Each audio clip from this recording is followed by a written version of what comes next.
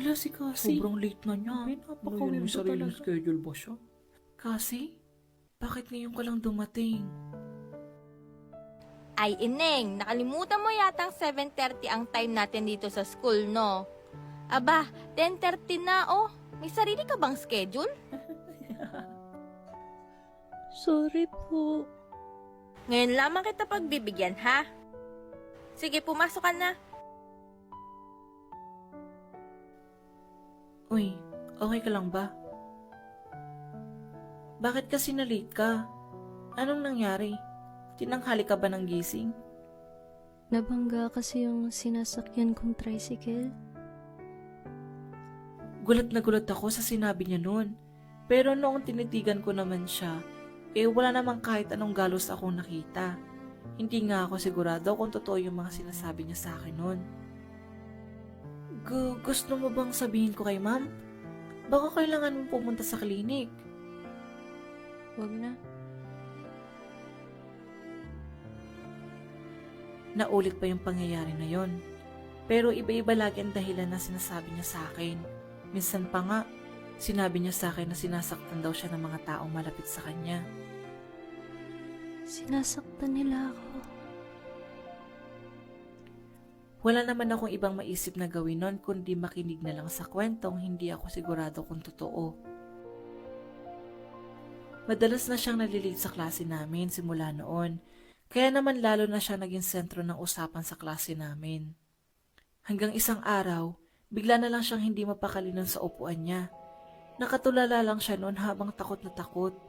Nanginginig din yung katawan niya noon. Ayos ka lang ba?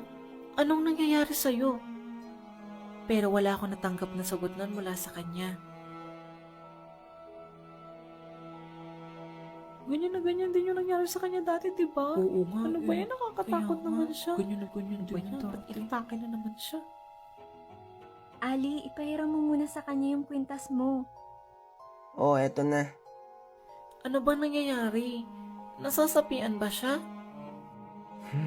Ewan ko. Ganyan din yan last year. Last year? Oo, kaklase ko din yan last year. Ganyan na ganyan din siya dati. Di ko nga alam kung totoo bang sinasapian yan eh. Class, samahan niyo ako. Dali na lang muna natin si Cassie sa klinik. Kinakabahan na ako sa batang to. Ano ba talaga nangyayari sa Neng? Simula nang mangyari yung incidenting yun, hindi ko na muna kinausap si Cassie noon. Bigla kasi ako natakot sa kanya noon, kaya tinitingnan ko na lang siya mula sa malayo.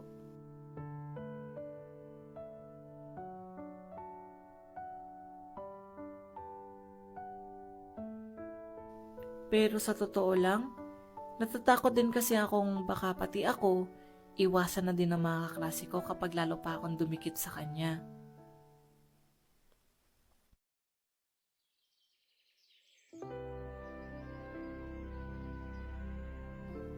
Isang araw, lunch break namin noon nang sumakit ng husto yung ulo ko. Hindi na nga ako nakakain noon kasi umiyak na lang ako nang umiyak doon sa upuan ko. Pero maya-maya lang, nakaramdam ako na parang may humahaplos sa ulo ko. Ha? Kasi? Masakit ba yung ulo mo? Oo eh. Kanina pa to. Itulog mo na lang yan. Huwag ka mag-alala. Dito lang ako. At sa pinakaunang pagkakataon, nakita ko siyang ngumiti. Nawala na din sa isip ko noon na iniiwasan ko nga pala siya. Hanggang sa makatulog na ako noon. Yun na pala yung huli namin pagkikita ni Cassie. Kasi hindi na siya pumasok sa school mula noon. So ganito nga, hindi na daw siya papasok. Hindi na siya papasok? Bakit daw? Aba, ewan ko no. Kapitbahay ko ba siya, te? Nabalitaan ko na lang din sa ibang mga klase noon na tumigil na nga daw siya sa pag-aaral. Hindi ko mapigilang hindi malungkot noon kasi kahit nag-iisa ako sa mga kaklaseng umiwas sa kanya noon, kahit papano, itinuring ko din siyang kaibigan noon.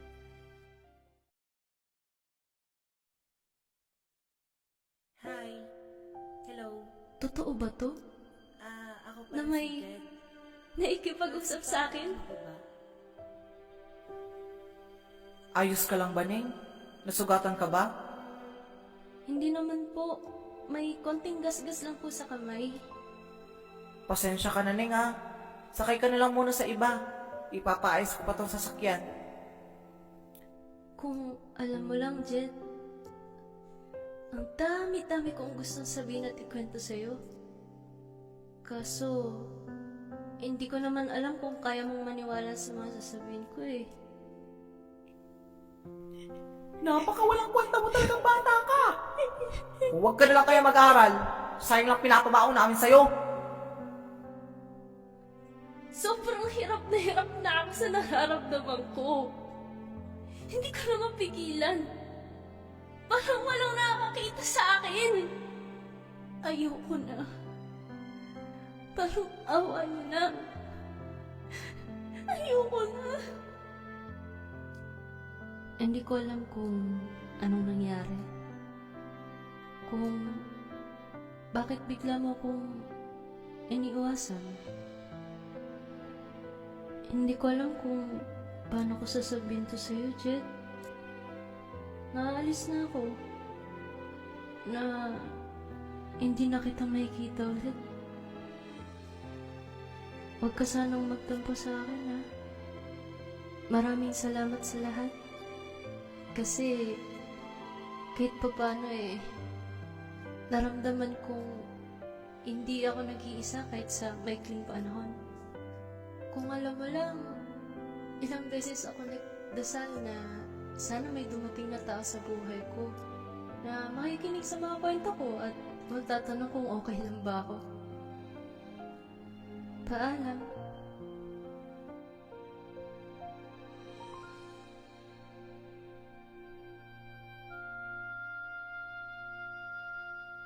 Okay ka lang ba? Parang seryoso mo naman dyan, ah. Wala, may iniisip lang. Alam mo bang tumigil na daw si Cassie sa pag-aaral? Oo, alam ko na. Pero alam nyo, may mga pagkakataong naiisip ko yung mga dahilang sinasabi niya sa akin tuwing nalilate siya. Nakangga kasi yung sinasakyan kong tricycle. Sinasaktan nila ako. Paano pala kung totoo yung mga sinasabi niya sa akin noon? Kaso, ano pa nga bang magagawa ko? Kahit naman yung bahay niya, hindi ko rin alam kung nasaan. Isa pa ding malaking misteryoso ang pagkatao niya sa amin. Isa nga ba siyang weirdo? O talaga mapanghusga lang yung mga taong wala namang alam sa pinagdadaanan niya? Sabi nga nila, don't judge the book by its cover. Hindi dahil hindi mo nagugustuhan ng itsura at kinikilos ng isang tao, hindi ibig sabihin nun na may karapatan ka ng husga ng buong pagkatao nito. Lalo na kung hindi mo pa naman lubos na nakikilala ito. Kung nasaan man si Cassie ngayon, sana nasa maayos na kalagayan siya. At sa mga taong katulad ni Cassie na madaming silent battle sa buhay nila, isang malaking yaka po para sa inyo. Maraming salamat po sa panonood ng kwentong ito. Don't forget to like, share, and subscribe. Bye! See you on my next video!